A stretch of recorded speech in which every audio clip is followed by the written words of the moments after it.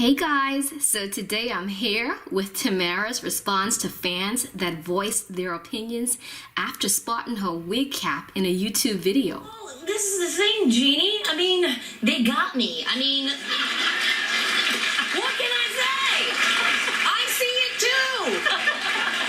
You know what I mean? Catastrophe. It's a catastrophe. Oh my God, we see Tamera's wig cap. Never shy about the fact that I wear a wig. I talk about it all the time on the show.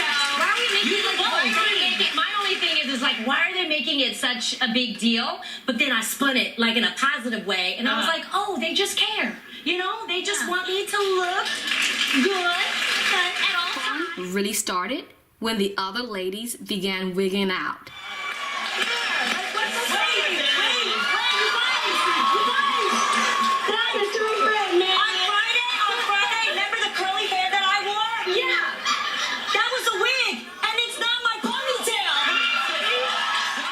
And that's it for today. Don't forget to like, comment, subscribe, and share.